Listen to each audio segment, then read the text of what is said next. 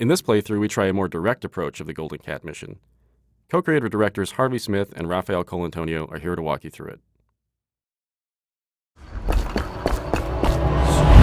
Okay, so this time the player has done a different sequence leading through the streets leading up to the Golden Cat, and it has come in through the rooftops. So a lot of vertical movement in the game, a lot of mobility. In the previous area, you can get dropped off in the river, and you're here to kill Custis and Morgan Pendleton. And therefore, there are several different ways to enter the Golden Cat area. In this playthrough, we're going to do very brutally.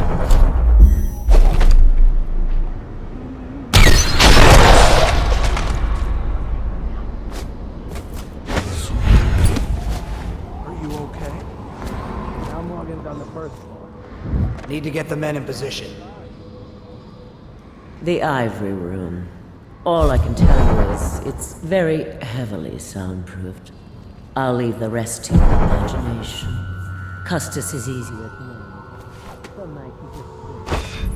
Why would anyone pay for that? Rats, plague, elixir, bunch of crap. Huh?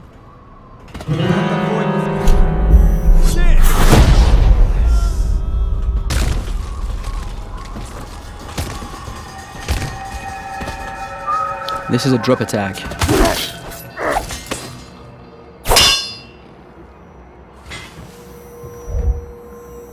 Talk to that nice girl again. The one I told you about. But you're at the Golden Cat, right? Yeah.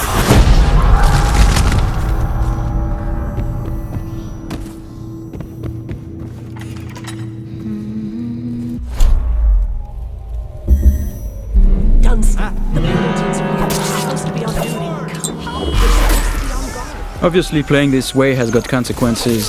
Some of them is that we track the number of death and innocents that the player kill, and this derives the ending, but also derives some of the little story beats all along the game. And besides, playing this way is actually very consuming in terms of resource. So the player uses those resources like powers and his mana and his health potions, and he has to use them carefully.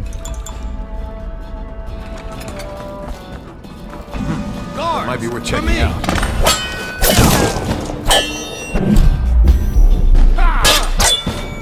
Take out his legs! So here the players stop time just before the guards have fired their pistols, and he's planting a spring razor there. When time resumes, it will kill them both.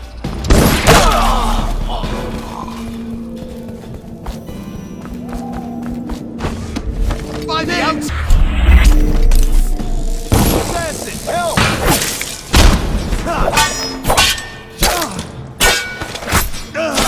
Game's combat with a sword, the melee combat involves blocking and counterattacks if the blocking is timed correctly.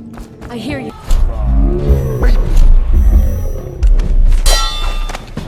I'm a... I'll have you whipped and put to work in the...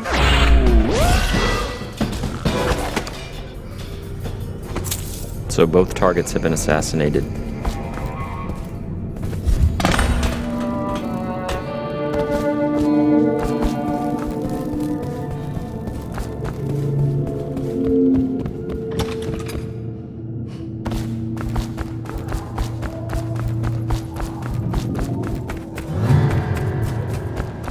Huh?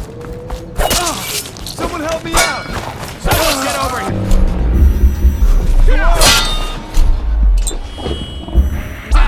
Help!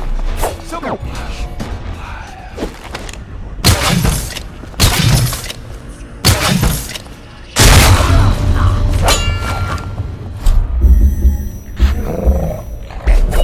The player's summoning rats.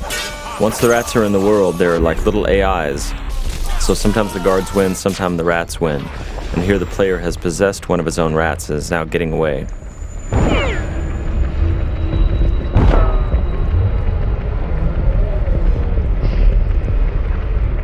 And that's the end of the violent, messy playthrough of the Golden Cat.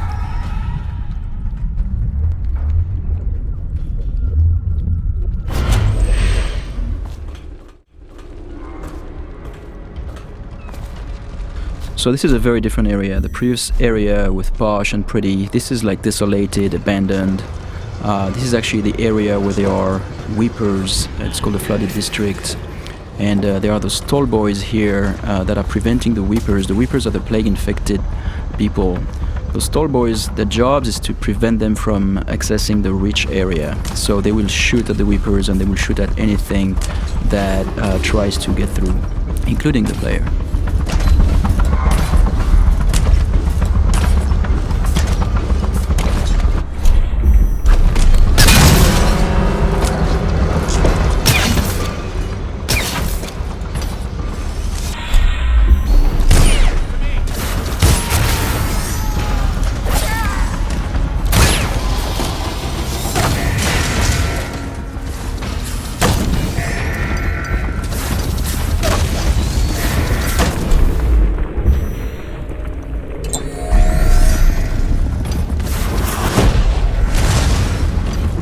Here we're using Wind Blast to bounce back the arrows at the tall boys.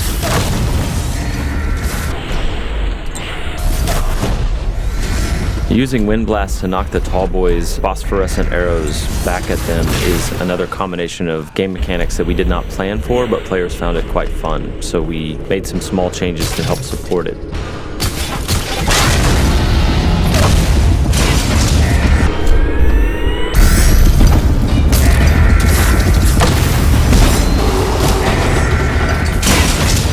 These Stiltwalker guards, the tall boys as they're called, have vulnerable tanks of whale oil on their backs that they use for their incendiary arrows. And so periodically the player is shooting at those tanks, stopping time, trying to get behind them. The shields all around them are actual breakable wooden shields, so they absorb some of the player's shots, but periodically the player breaks one of them off. Here the player just possessed a tall boy and he's going to escape the area through those wall of lights here via tall boy. So the wall of light is a Tesla-like security device that's a powerful electrical field, and the guards at the beginning of their shift are attuned to it so they can walk through it, but the player cannot unless he hacks it.